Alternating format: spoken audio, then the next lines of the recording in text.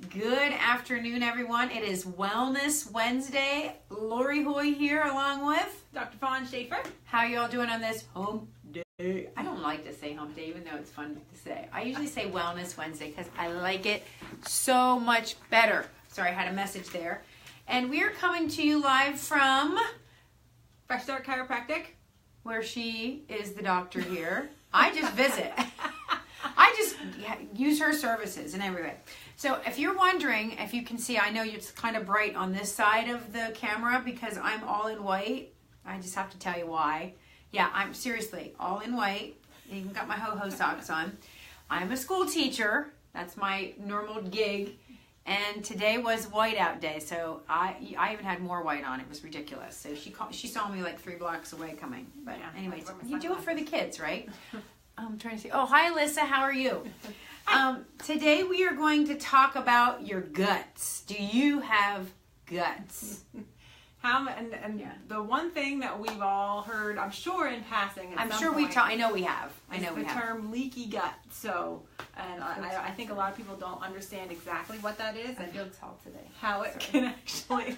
I don't know what she's been eating or drinking before she came in here. Okay.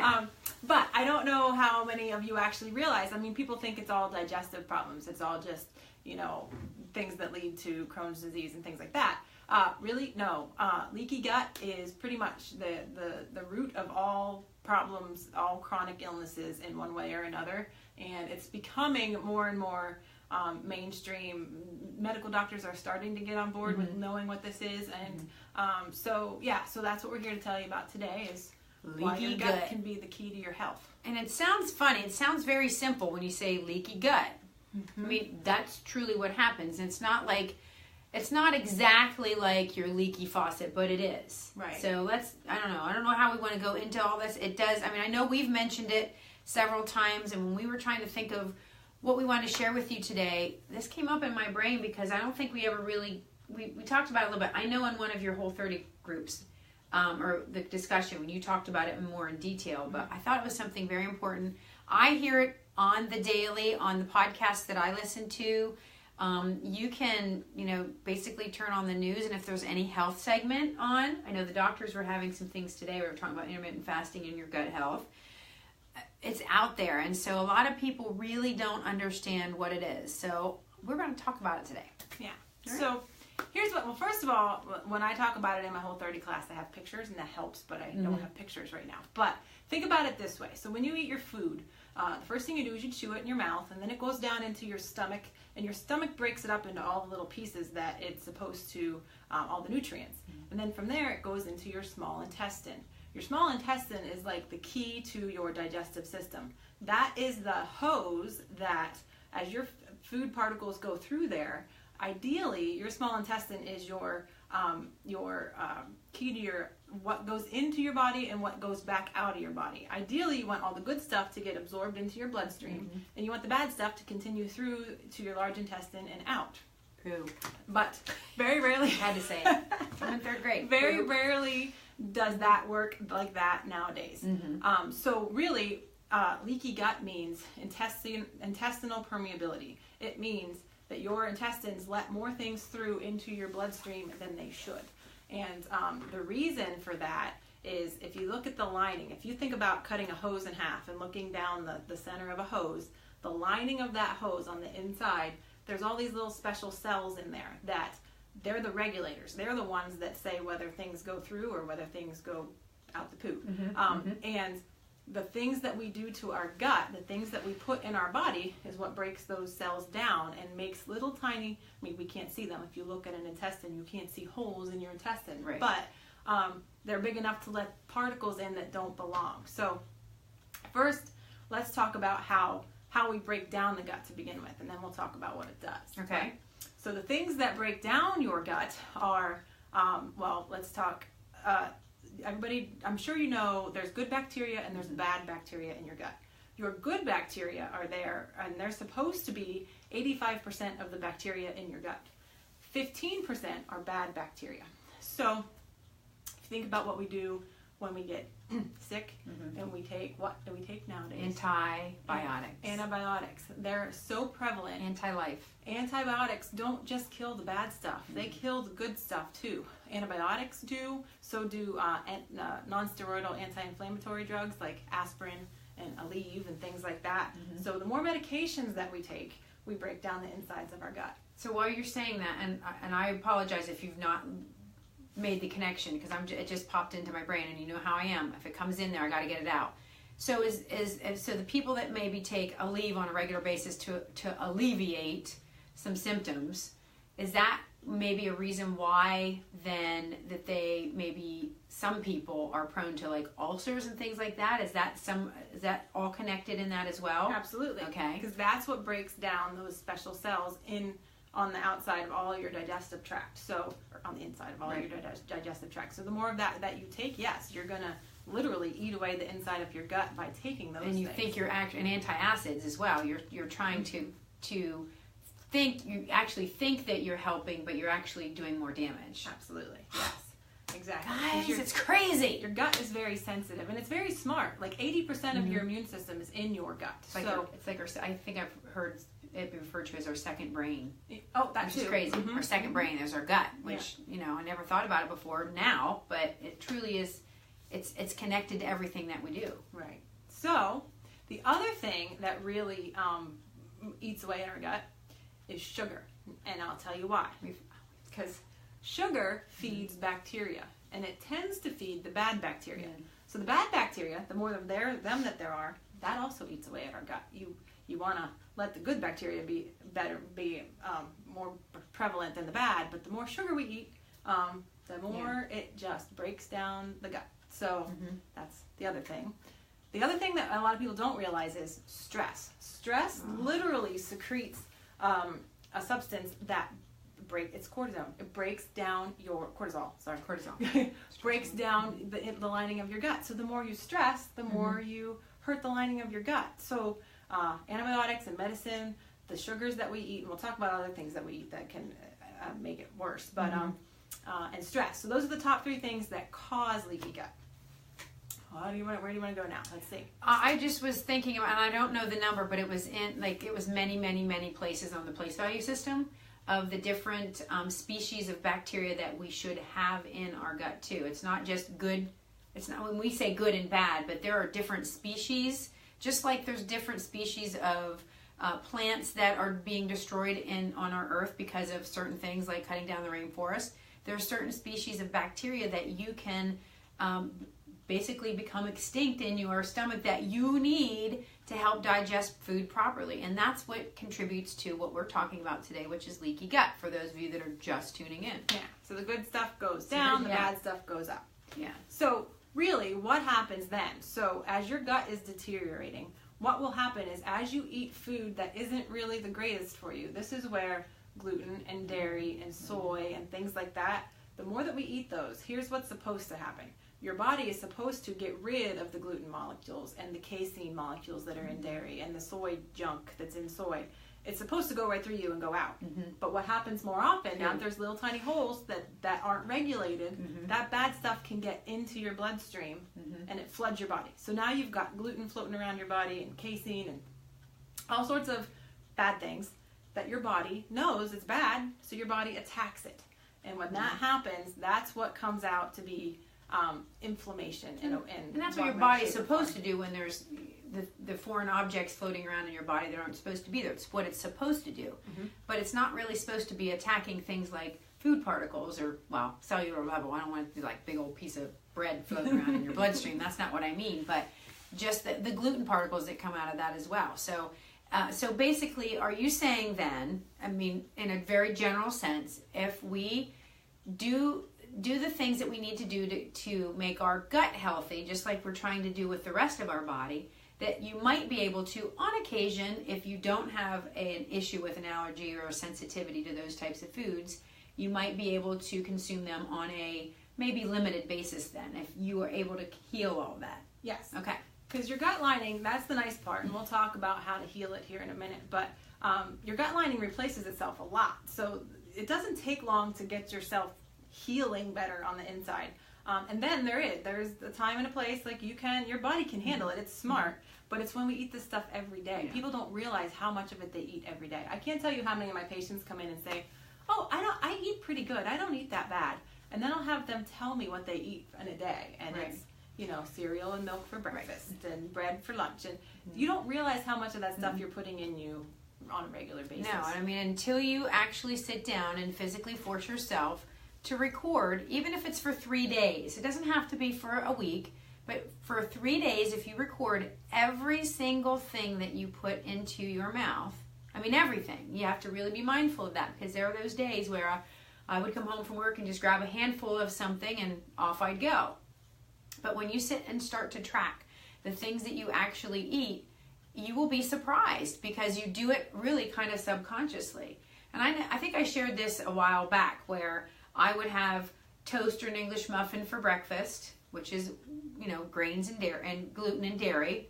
I would have a sandwich for lunch with cheese on it, always, because I love cheese. And then if we'd have spaghetti for dinner, there'd be the carbs and the gluten and the spaghetti, and then of course I'd have to have Italian bread with it. So on top, one on top of the other on top of the other. Now, granted, if I had one serving of those things in one day, that would be far less destructive in my body than 3 meals, or every meal, or even as a snack. So until you actually take the time and really focus and concentrate on that, you really don't realize it. I mean, you all might be sitting there saying, well, I ate pretty good. And I'm not saying, there might be some people here that have already gone through this whole process and already know their bodies pretty well. But if you're suffering from the symptoms that we're going to talk about, that is one of the first steps, the first tips that I give everybody. Just track for 3 days what you're eating, and then we'll talk. Yeah. So now, that being said, because we all know, we all just could do better by healing our gut a little bit better. So what are some of the symptoms of leaky gut? You probably are going to find yourself on this list. So let's start. Of course, it definitely can be chronic diarrhea and constipation, or gas and bloating, that kind of thing. It can be headaches. It can be brain fog or memory loss. It can be joint pain. It can be skin rashes. It can be nutritional deficiencies. If you start to find out that you're deficient in certain vitamins and minerals, it's because your body can't absorb them anymore, because your gut is breaking down.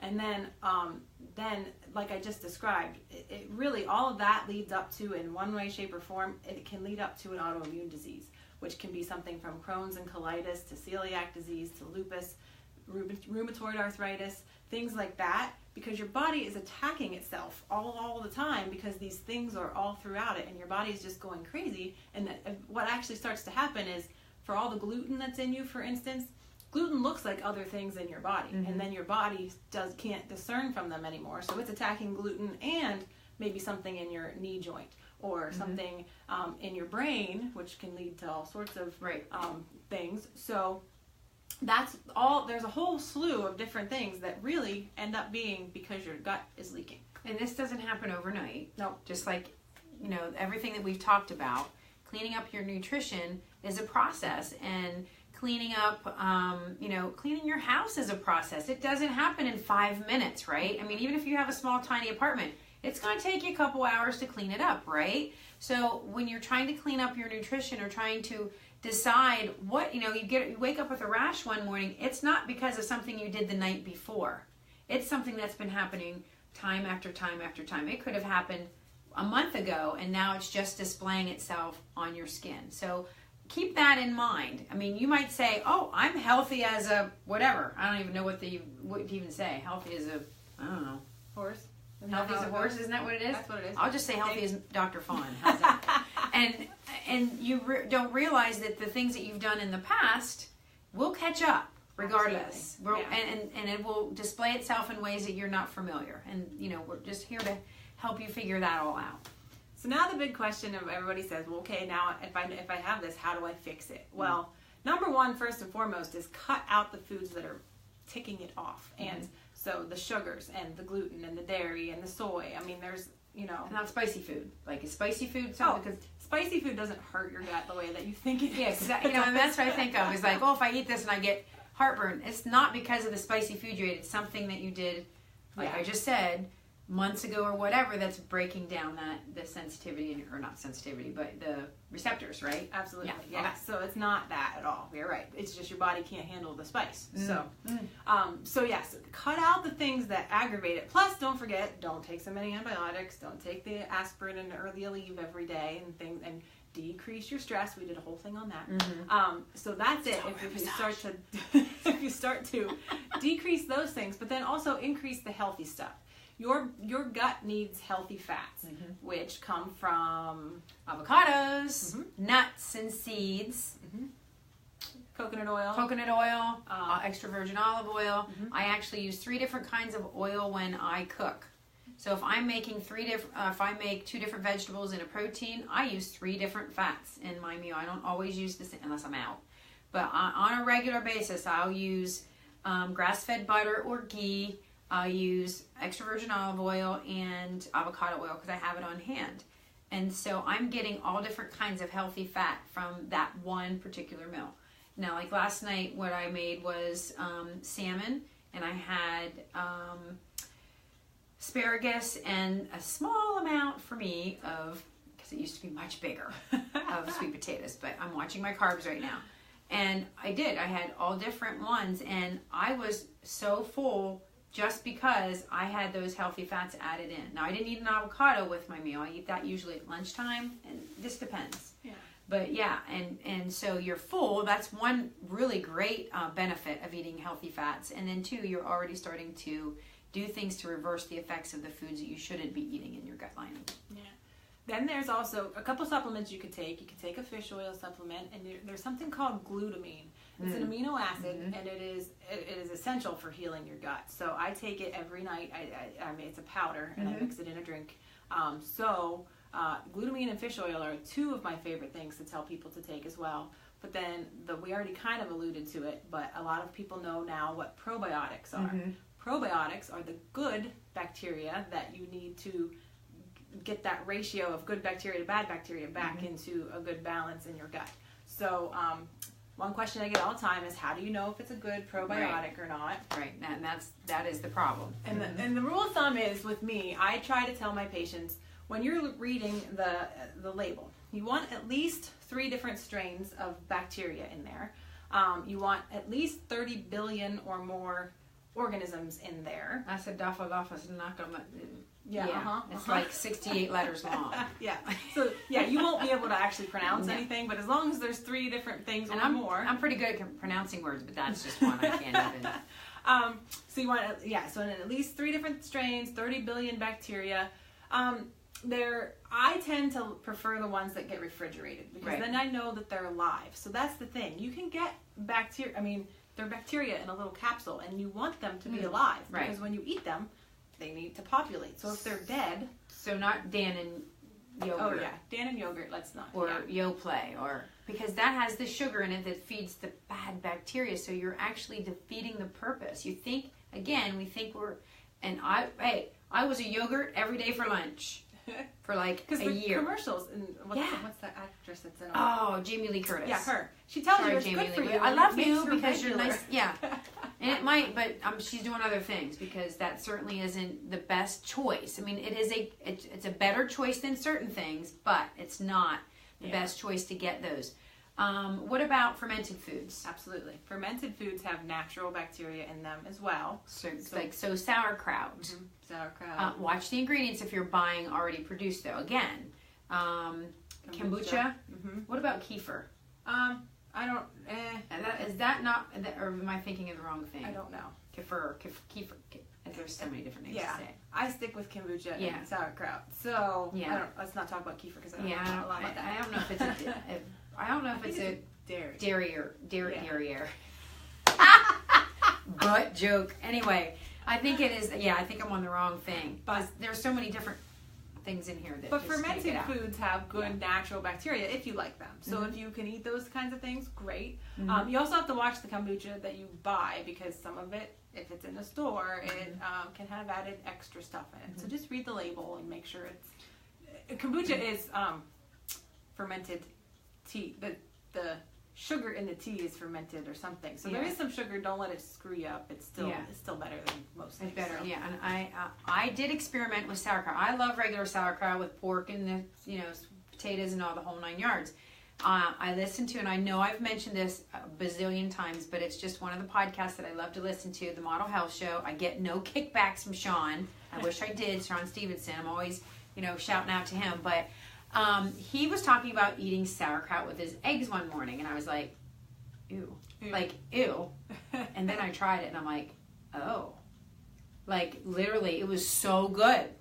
And part of the reason is because my taste buds have changed. I mean, I never would have even thought putting those two things together would have been good. I'm telling you, it was really good. To me, it was good. Okay, if anybody tries that, take a picture and tell them. How often should you eat fermented foods? Oh, daily? You could eat them daily because you're supposed to take probiotics daily. You're never going to get too much good bacteria because we have way too much bad bacteria. So you could eat them every day if you like. I mean, you could drink some kombucha. And I know, like, I tried the kombucha at the grocery store. I looked at all the ingredients and things. And I think the jars weren't for one. I think they were more than one serving. So maybe just drink last a while. A cup or 8 ounces. And maybe I don't even know if the serving was 8 ounces. It may have been 6 ounces. And I tried it, and it wasn't bad. It wasn't horrible. And I know there's some people that make their own. And look into it, guys. I mean, I make my own almond milk, for Pete's sake. It's not hard. Yeah, it really isn't hard. And I know exactly what's in it all. And then you aren't worried about having the excess sugar or whatnot in it. Now, granted, I've never made kombucha, so I don't know. Now, wine is fermented. Oh, yeah. Let's not go there. Alcohol is not good for your gut either. That's one of the things that breaks it down. So sorry. I was thinking. So, yeah, to me, sauerkraut's a win for me. I love it anyway. And, I mean, I ate it not like I normally would cook it with the pork and whatnot. I just got it out of the container and plopped it on my plate cold with my eggs. I'm telling you, it was so good. It was just, I'm telling you. Just try it and let me know. Try it and let me know. See if you like it. If you already like sauerkraut. I mean, obviously, if you don't already like sauerkraut, then I wouldn't say you might want to try it. But just try it. You never know. So don't be afraid. The other thing I just want to touch on just for a second is a lot of people ask me, well, is there a test I can do to find out if I have leaky gut?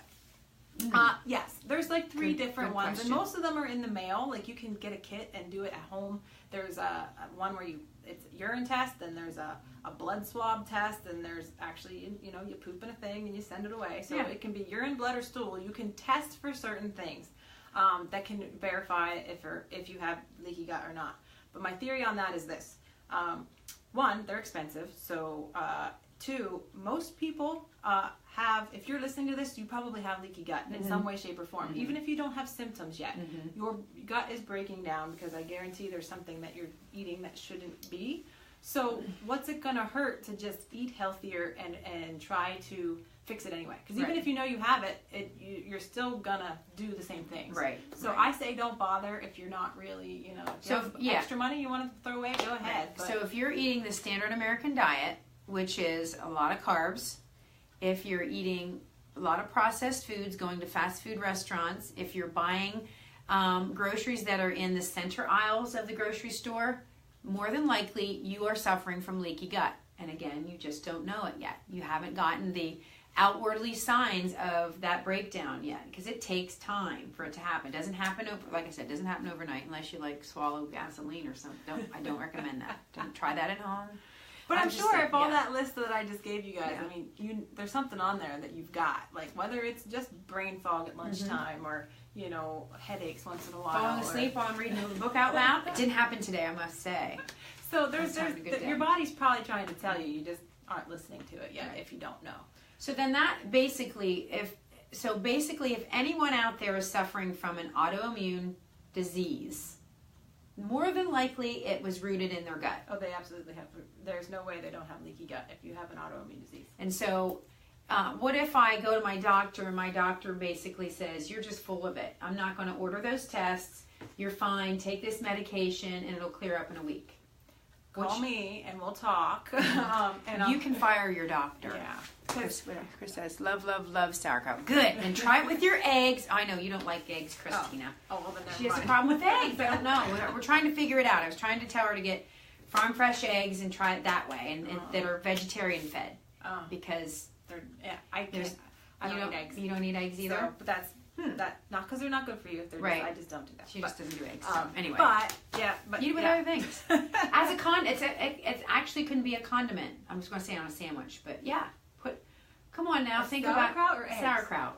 Oh yeah. No. Eggs. I was in a restaurant once and had a grass-fed burger with a farm fresh egg. Oh, I've seen that. Fried. Oh my gosh. Oh, I've seen that. Yeah, you're right. Explosion of flavor. I'm telling you. I know. I am getting hungry too. I tried the free range, doing good. Oh, all right. So maybe that was the difference. See, it's just what the what the chickens are eating goes into that egg. Oh, yeah. So if the chickens are eating grains, which we already talked about can contribute to leaky gut syndrome, then you are eating them. Mm-hmm. Even if you're not looking at a piece of toast going into your mouth, you are still eating the grains. You're eating what your food ate. Mm-hmm. Absolutely. That's crazy to say that way, but it is. It's kind of weird. You are what your food eats. I've heard it different ways. There's one way I heard it and I was like, oh, that just sounds bad. But it's the truth. So so thinking about that part too. The foods you eat can also, like that, contribute to breakdown of your gut lining. Yeah. So that is leaky gut in a nutshell. And like I said, there's a lot of... peanuts. Sorry. Not peanuts. Peanuts are not nuts. But, that's what we're here for. That's basically the way that we teach people to eat is that's what it's doing. It's healing your gut. Mm-hmm. And so a lot of times, like I said, people will come in with certain ailments like, hip pain or knee pain. And after it doesn't go away for a while, I'll address the food topic with them and they'll say, what? Like, you're telling me what I eat is causing my knee pain? Well, after they actually listen to me and do what I asked them to do, they find out, oh, weird, when I do cut that stuff out, my knee pain goes away. I've been having some issues, and I've been talking to Dr. Fawn, and I've been sharing with you, I have a chronic problem with my one knee and my one elbow, and they're on the opposite sides of my body. Overuse is what a lot of people think it is, or I'm just getting older, so I'm supposed to have arthritis. Sorry, I'm getting messages all over. And that's really not true. It is all really truly rooted in what we consume as our nutrition. And today I was just sharing with Dr. Fawn before we went live about some new research about arthritis and certain kinds of arthritis. There's rheumatoid arthritis, osteoarthritis, right? Osteoarthritis. She's got the technical terms. She'll straighten me out. Rheumatoid is the autoimmune disease. Yeah. Osteoarthritis is the wear and tear. And it was all related to the gut and how that bacteria, that bad whatever that leaks out of your gut lining gets into the joint, and that's what causes the arthritis. Nuts. Yeah. And so one of the things that they were talking about is certain foods that can help to contribute, and there's a couple that I still eat. Like peppers. Oh, nightshades. Nightshade vegetables. And I said that today working on it. What's a nightshade vegetable? Oh. Since they've never heard that terminology. So peppers, what else? Peppers, potatoes, tomatoes. Tomatoes, that was the other one. And I don't eat a lot of tomatoes right now because it's not in season. Yeah. I don't know off the top of my head, but I know tomatoes and peppers and potatoes. Yeah, and eggplant is one. Oh, yes, that was another one they mentioned, eggplant. I don't eat a lot of eggplant. Yeah. But I'll tell you, and I was thinking, okay, so my next investigation will be, I'm going to cut out eating peppers. Dr. Fawn, what can I eat? Did you see my meal last night? So good. Anyway, I have to tell you. And so that's my next thing. That's the next thing I have to figure out because I'm still having that knee pain every once in a while. I shouldn't say pain. It's just discomfort. And my elbow, lift any kind of weight, and it's just ouch. So that would be, and I probably eat, I wouldn't say every day, but almost every day I eat peppers, either on my salad or with, here, hold on. Our bodies are smarter than we think, and we just have to give our bodies credit for that. Yeah. And it will heal itself if we give it the proper medicine, and the medicine is good nutrition, guys. Absolutely. Yeah, and you're going to keep hearing us say that. Yes, you're going to get bored of hearing it, and you can turn us off if you want, but here's what we would love for you to do. One of the things that I think is my mission, I'm sure is definitely is Dr. Fawn's mission as being a chiropractor and sharing her story about her recovery from autoimmune disorder, is that we just want to help people get healthy. That's our main goal. And so if you know of anybody that's suffering from any of the things that we talked about, and if you're just joining, you have to go back and watch. I will post, I promise. And if you know of anybody that's suffering from any of the symptoms from leaky gut, please share it with them. Give them either, tag them in the comment, or you can share it on your own personal Facebook page so that somebody might see it and go, oh, I need to talk to my own doctor about it. You can call Dr. Fawn, you can send me a message, and we'll definitely lead you in the right direction as to who to contact. Don't be afraid to fire your doctor, though. Don't be afraid. If they're not aligning with what you think, you can fire them. It's okay. Yeah. There are a million doctors out there. Seriously. Yeah, but I mean, if they're just definitely just constant, and I'm not bashing medical doctors. Please don't take that the wrong way. They're only doing what they learned. Right. Okay, and if they're not investigating alternate ways, which most of them don't because they're overworked, which is truly, if everybody that had if everybody that had leaky gut cured leaky gut, they probably wouldn't have a practice. Right. For the most part. Right. Drug companies would be out of business. Yeah. And healthcare would be like super cheap. Wow. And expensive. My husband hates that word cheap, but I like cheap. It's quick. But, yeah. So anyway, reach out to us. Please, like I said, please give us a share. We would really appreciate that. Absolutely. All right. Have a great night, guys. All right. Heal your gut. You can do it. Have a great one.